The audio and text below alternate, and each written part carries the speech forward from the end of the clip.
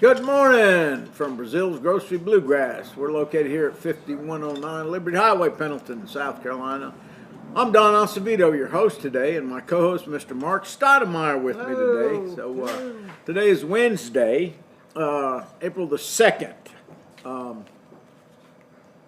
Wednesday, April the 2nd. Yeah, that's it.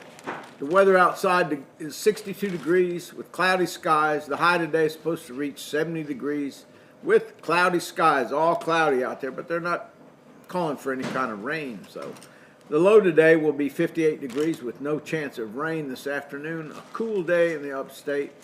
Remember those in the path of the wildfires. They're still struggling to get out of their situation, build new homes. FEMA's there helping. I'm sure it's still kind of a mess up there. So, and I had a guy come by yesterday, him and his wife, and they were looking at a truck I'm trying to sell, and they came in. I gave them a tour. So they're Brazilians now, but real nice folks, and they had to move out of their house right there near where the fires were. They said the fires came within half a mile of their home, but they had to move out, smoke and stuff. So they were moving the rest of their stuff back in yesterday, and they stopped by. Nice folks. Hope to see them Saturday night. Okay, our shout outs go to Jane, Heather, Josh, Carter, Blaine, Hampton, Hudson, Kenzie, Kim, Josh, Blakely, Grant, Sil, Heidi, Charlie, Harper, and a longtime friend of mine in Florida, Mr. David Hall, and of course, always loving Martin. Here at Breazeale's Grocery Bluegrass, we have lessons all week. We teach fiddle, classical fiddle, mandolin, bass, guitar, banjo, and he's one of our teachers here. He teaches mandolin and bass here at the store, and he could probably teach everything else too if he wanted to, but he's retired, so he don't want to get into doing too much work, huh, Mark? That's correct. Yeah. Okay. Anyway, we teach anything with a string on it. We teach it, and actually we have a tomato banjo over there. It's got one string on it. Mark plays it pretty good. So we have the best instructors in the upstate by far, in my opinion. For more information on any of this stuff, if you want to purchase an instrument, anything to do with music, we don't do electrical stuff, so anything with music on guitars, bass, stringed instruments, call me at 864-376-1482. And if you want to call me during the broadcast, you can call me right now if you have any questions or just want to talk about anything. Just call me. I'm right here at the studio, 864-376-1482. And if you would like to sponsor our show, just give me a call. There's no charge for sponsor, so I'll put you up on the board and we'll talk about what your business is or what you do, and we'll be more than happy to use you as a sponsor. It's free, so call me or come on into the store at 5109 Liberty Highway, Pendleton, South Carolina. You can also follow us on our social media pages, YouTube, Facebook, and if you go to Facebook, it's under Breazeale's Grocery Bluegrass. Breazeale's Grocery Bluegrass under Facebook, and then Instagram under BG Bluegrass. And remember, click below if you're watching. There's a little white thing that says subscribe. Hit that button, and it'll help us get on the top of this thing. So hit subscribe and subscribe to our channel if you don't mind. We sell hats, shirts, mugs. We got a bunch of different things. We got candy. We got Slim Jims. We got anything, potato chips. We got all kinds of stuff up here. Junk food. Anything that's not good for you, we sell it back here. Usually the young people and some of the elderly people, they'll buy some of that stuff. I got to stay away from it. But anyway. We also sell instruments, fiddles, mandolins, guitars, bass, banjo, pretty much anything with a string on it. We got it in the back room, and if we don't have it, we can get you one at a reasonable price. So if you're interested in buying an instrument, call me 864-376-1482. We'll pair you up with the instrument that you would like to play. So Our sponsor today is Breazeale's Grocery Bluegrass. We're sponsoring the show today, and we hope you enjoy our podcast or show every Wednesday morning, 11 to 11:30, and we talk about anything. Doesn't have to be about music. We talk about anything and everything. Today we're going to talk about farming. Okay. Did you do the heading home? Oh yeah, let me make this announcement. We got Get all the bluegrass part done. we got a festival coming up, Heading Home Fest, October 22nd, 23rd, 24th, 25th, and 26th, 2025, Hazelhurst, Georgia. I think Mark and I are going to try to go to that We're going one. to try to go. It looks on the map like it's maybe 20, 30 miles or so inland from Savannah, Georgia. Yeah, I believe the heading home band is sort of out of Savannah, aren't they? yeah, they're out of Or that Savannah. area, Yeah, anyway. and they have a really nice lineup. Brothers Five, Bonnie Bivens and Carolina Drive, Little Roy and Lizzie Show, Willie Wells and the Blue Ridge Mountain Grass. By the way, Willie Wells will be here in October, I believe it is. Okay, for sure. They're going to play at Martin's thing across the way, Oh, okay. and then they'll come here Saturday Night. Yeah, and play. Okay. So Great. we'll be talking more about that group, and of course the host band is Heading Home and Retro 78. So try to make that Heading Home Festival, and you can probably look it up, Heading Home, and take you there if you forget about it. Okay. Now I want to tell about this little ukulele project we've got. Okay, Mark's going to talk about a ukulele project. I think we talked about it before. We did. Yeah. About a month or so ago, we showed you this box, which is a Stuart McDonald baritone ukulele kit.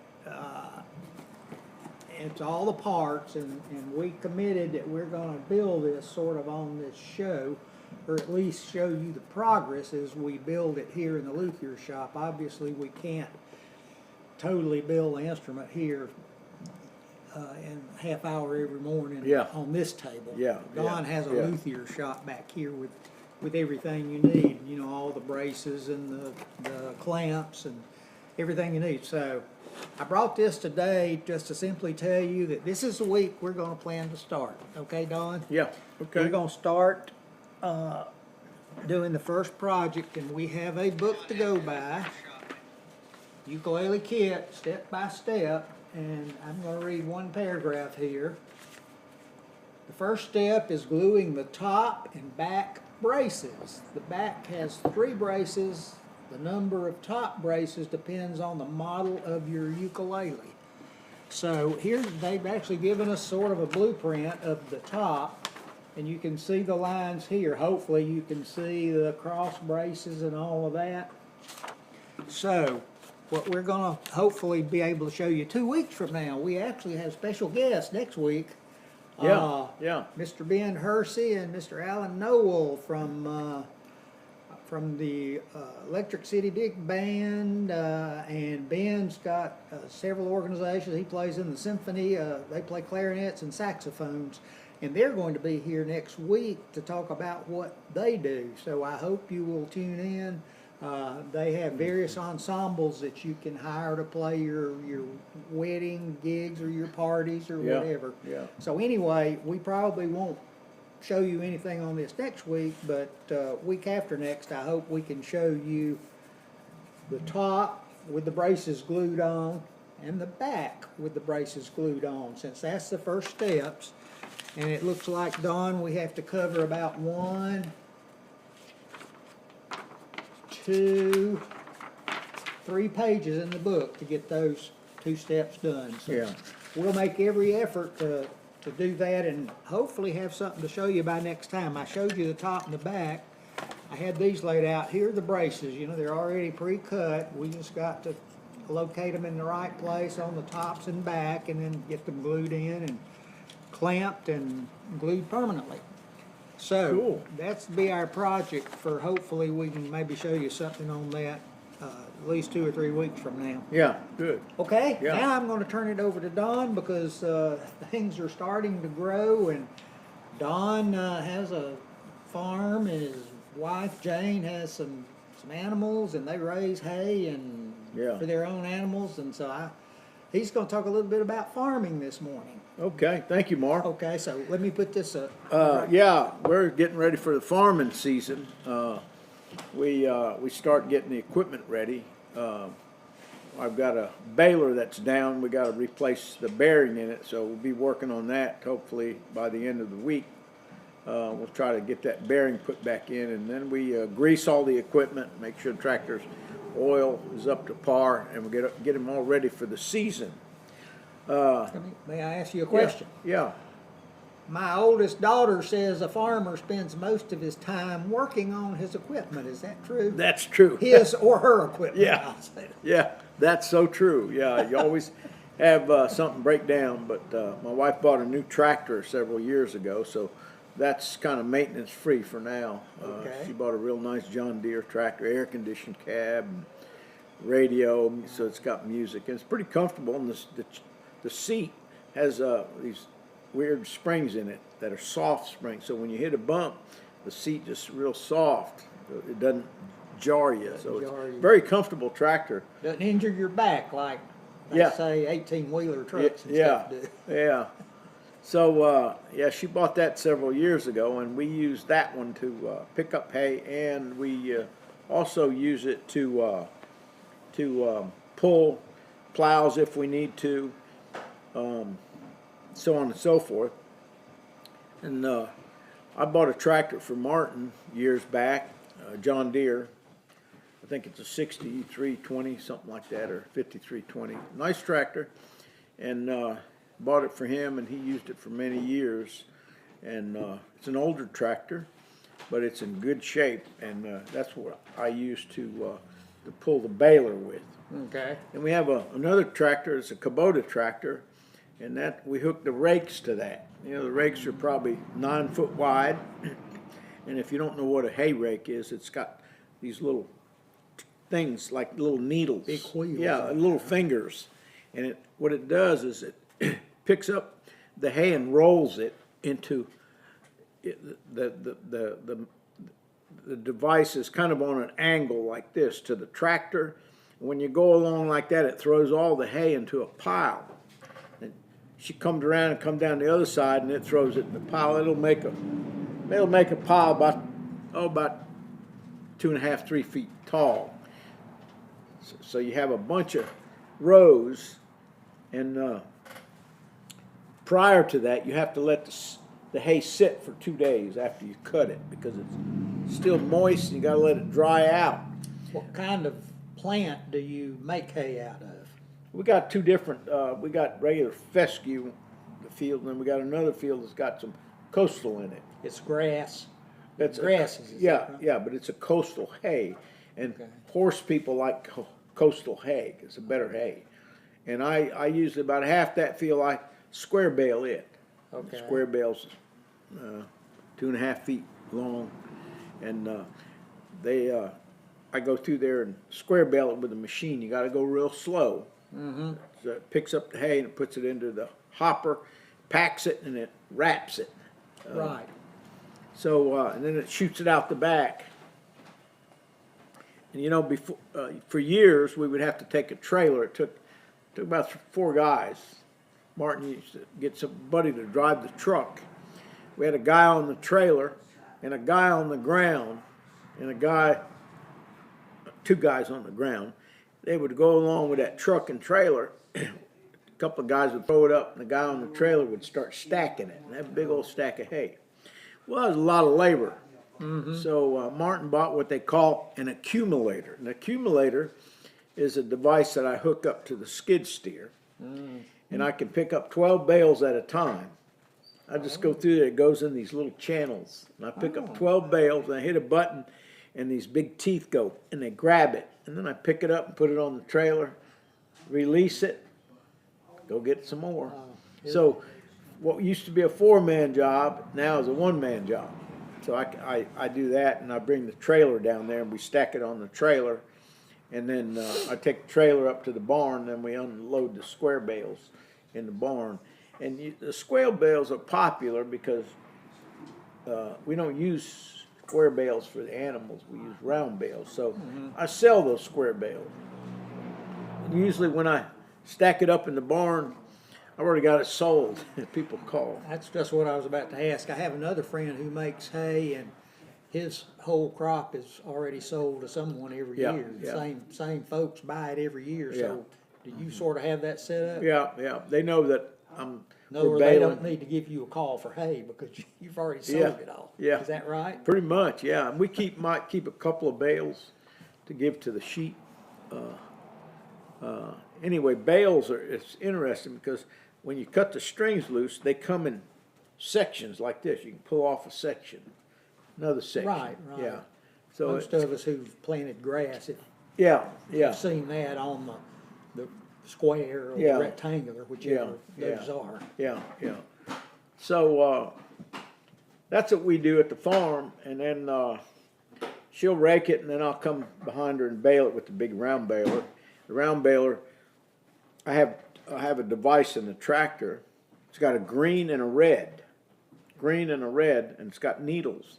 And what you want to do is keep those needles in the center. And what that does, when the hay is rolling, it doesn't roll it up on one side, so it's oblong. So you just got to keep an eye on those needles. If it starts to go in the red, that means you're getting too much on the right side. So I'll turn the tractor a little bit to the left, Okay. and then that needle will come back and stay in the middle, and then I got to watch the left one. So you pretty much, well, after you do it for a while, you know what to do, Right. So those needles kept in the center will make that bale perfectly round. Then when there's a device on the back of the baler, I keep looking back. When that little needle comes all the way down to the red box, that means that bale's ready to wrap. Okay. Okay? So I'll stop the tractor and I'll turn on the device it starts rolling, and the string comes out and it starts wrapping it. And usually it takes 1, 2, 3, 4, 2 seconds. So when that needle starts moving, I go 1, 2, and then I move it again. 1, 2, 1, 2, 1, 2, and then it'll stop. And then that means it's wrapped. So after it's wrapped, and I push a button, and the back of it opens up, and that bale rolls out on the ground. Mm-hmm. I pull the tractor forward a little bit, close the gate, start all over again. Wow. So I'm gonna this year I'm gonna take you and put you in a tractor with me, so you can see how it's done. Okay. It's pretty interesting. We really don't need to lose all this wonderful knowledge these folks have. Yeah. Yeah. So many people now don't really know how to do all these Yeah. skills and all from Yeah. from way back, Yeah. years ago and all that. And Yeah, and our son Martin did it very well. He was Yeah. very good at it. He knew what to do, when to do it, stuff. It's been a learning process for me, because I'm not a farmer, right? But Okay. now I am. well, you're a hay farmer. Yeah, I'm a hay farmer. Yeah. What's the difference? Okay, I said when you plant grass, we see that the bales sort of have little square sections about this Yeah. thick that Right. they pull off. Yeah. But that's not called hay when I buy it. That's called straw. Straw, yeah. What's the difference in hay and straw? Straw is when the field is planted and grown up and ready to cut. It's a different kind of a hay, okay? They cut the nutrients off and put it in a hopper, take it off. What's left is the straw. Just the Yeah, so they cut the straw off and they bale that and sell that as straw. so when you're doing hay, everything goes into the bale. Yeah. The yeah, nutrients, yeah, the yeah. heads and the seeds Right. and whatever goes into Correct, yeah. for the animals. Right, that goes into the hay. Is that yeah. right? Yeah, Am I yeah, right? that's right. I'm guessing. Yeah. So we'll bale. We got 3 fields. We have 88 acres, but probably about 28 acres is wooded, and we got our home there. The rest is for cutting. So we got some pretty good fields to cut. We got one behind our home, and then we got one across the road, and then we got another one across the road from the front of our house, a field out there. And I've got it down pretty good far as my timing goes, 'cause I don't have to stop and do a lot. The only time I have to stop if you go too fast with that baler, it clogs it up. It's an older baler. It clogs it up, so you have to go at a certain speed. You know, I'll set the speed, and then that's the speed I'll hold the whole time through. And then you gotta, I get it. My neck hurts when I'm done because you gotta turn around and make sure that the little marker's coming down. Make sure nothing caught in the baler. And I've spent lots of time when that baler gets clogged up. It's a job. You got to open the back, get rid of what's in there, and sometimes the bale might not be that big, and then you got to clean out the teeth underneath where it got stuck. So you have to be real careful. An older baler, like I say, so you can't go through there real fast and clog it up. So I have observed just from driving the car that the older I get, the harder it is to back up and look backwards. Turn your neck around to see what's behind you. Thank goodness for the little TV screens now. How are you for putting on your shoes? Oh, I can do that, I don't have a problem getting down to do that. It's a little harder than it used to be. Yeah, it's a little harder for me. I can still do that. I gotta put my shoe on and take my left hand and pull my shoe on. You young folks will learn See you, about all Murph. this stuff gradually as years go by. See you, Murph. Do what now? I said you young folks will learn about this gradually Yeah. as the years go by. Yeah, you will. You will. So anyway, that's what we do. We put all the hay up. We try to get, if the weather permits, we try to get 3 cuttings a year. Okay. But lately it's been 2. Okay. I kind of thought it was 2, but you try to get 3. Yeah, we try to get 3. Okay. But normally we get 2, and the second cutting isn't real. If weather, we don't get rain or something, it's not real tall, so we don't get as many bales. You know, when it's like that, but we got to cut it, and then we winterize all the equipment and put it all up, ready for next year. Okay. Ready to do it again. You put it up in good order, and then it's broke when you pull it out. Is Yeah, that yeah. it breaks sitting in the barn? Yeah. So anyway, and we keep most of it for Jane's cows and sheep is what we keep most of the round bale. She told me the other day we're about out of the round bale, so it's just about right timing. And I think 75, 80 bales we keep round bales for her animals. So it's almost time for you to cut to raise hay again. Yeah. Okay, so the crop's already there, Yeah. growing up. Yeah, it's already grown. It's probably about that tall now. Okay. So, it's fun. It's just for a season. I can't imagine myself doing that forever and for a living because let me tell you folks, it's very, very hard work. It's not for sissies. You know? I'm sure farming is hard work. Yeah. It makes me struggle just to do what little yard work around the house I have to do. And, Yeah. I need to get you over to help me. well, I'm not much help on a farm. Yeah, but it just lasts a season, so it's fun. You know, I look forward to it because I know, coming into it, and then I put up the stuff and repair what I got to repair, get it ready, winterize it for next year. You know, and my wife just finished. She got a big tank she puts on her new John Deere, big spray tank, and it's got these arms that go out. They're 9 foot each side. Wow. Yeah, and it's got little nozzles, and she puts a chemical in that tank and mixes it with water. It kills the weeds. So she'll go out there. 18 foot at a time. Yeah, 18 foot at a time. She'll come back. She's already done spraying, because when we're done with that tank, she's got to rinse it, and then we take the pump off. Otherwise, it'll freeze up. We take the pump off, and then you got to run water through that pump, and then you got to fill it full of oil and let it sit. Sit for the winter? Yeah, for the winter. So we've already had to buy one that the impeller froze up on it. I got it in my shop. I still think I can rebuild it. They say you can't, but I think I can. I'm going to try it.